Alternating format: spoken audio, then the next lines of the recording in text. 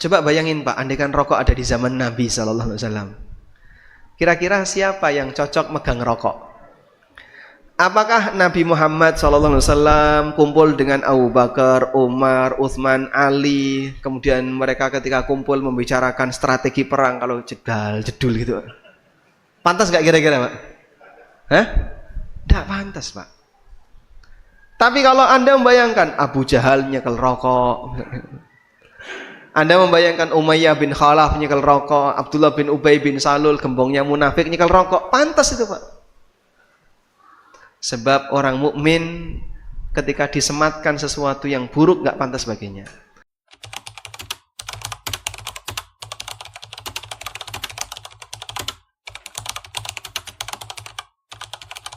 Assalamualaikum warahmatullahi wabarakatuh. Apa hukumnya harta yang dicari dengan cara halal tapi digunakan untuk yang haram seperti untuk membeli rokok dengan alasan si pelaku menganggap rokok bukan suatu yang haram? Bagaimana menyikapi orang ini sementara kita adalah orang yang paling dekat dan sudah mendoakannya? Masya Allah, yang paling dekat itu berarti istrinya ya. Coba Bapak survei, wanita siapa yang seneng punya suami perokok? Tanyakan Pak. Ada? Apakah wanita Cilacap seneng punya suami perokok? Nggak ada Pak, wanita yang seneng punya suami perokok. Karena bau mulutnya itu nempel permanen gitu. Permanen badan. Saya bukan perokok, alhamdulillah. Dan saya memang tidak kuat dengan aroma rokok. Dan di negara-negara maju, ngerokok itu dibatasi. Sehingga yang mau ngerokok di ruangan khusus. Tidak seperti di Indonesia kan, surga bagi para perokok. Mau ngerokok dimanapun. Dulu sebelum ada perda yang ditempel itu ya bisa saenake dhewe. Neng rumah sakit ngerokok, neng sekolahan ngerokok, neng musola masjid ngerokok. Setelah ada perda, di beberapa tempat yang tidak boleh ngerokok, tempat ibadah, rumah sakit, tempat pendidikan dan seterusnya, nah mulai dibatasi. Itu pun kadang orang banyak protes, ngerokok ora entuk. Pak, Anda kalau mau ngerokok itu hak Anda sebagai perokok ya. Tapi jangan ganggu orang yang tidak ngerokok.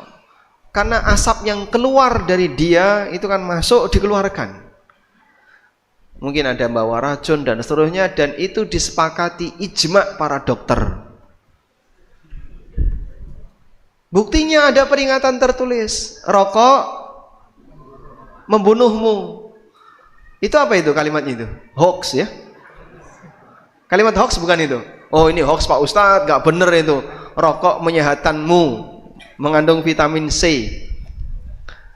Cepat masuk rumah sakit. Baik. Cuman kadang kita nggak tahu kenapa orang itu bertahan dengan mengkonsumsi sesuatu yang berbahaya dengan sepakat seluruh dokter.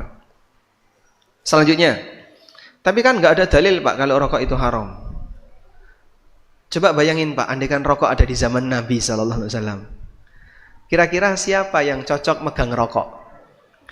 Apakah Nabi Muhammad SAW kumpul dengan Abu Bakar, Umar, Utsman, Ali, kemudian mereka ketika kumpul membicarakan strategi perang kalau jedul gitu? Pantas gak kira-kira Pak? Hah?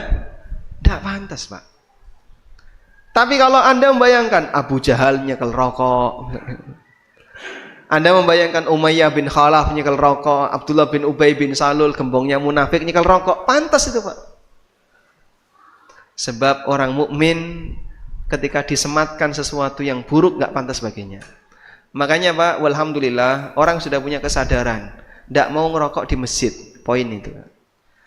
Tapi ada satu tempat di mana dipakai ngerokok itu nyaman. Di mana itu? Hah?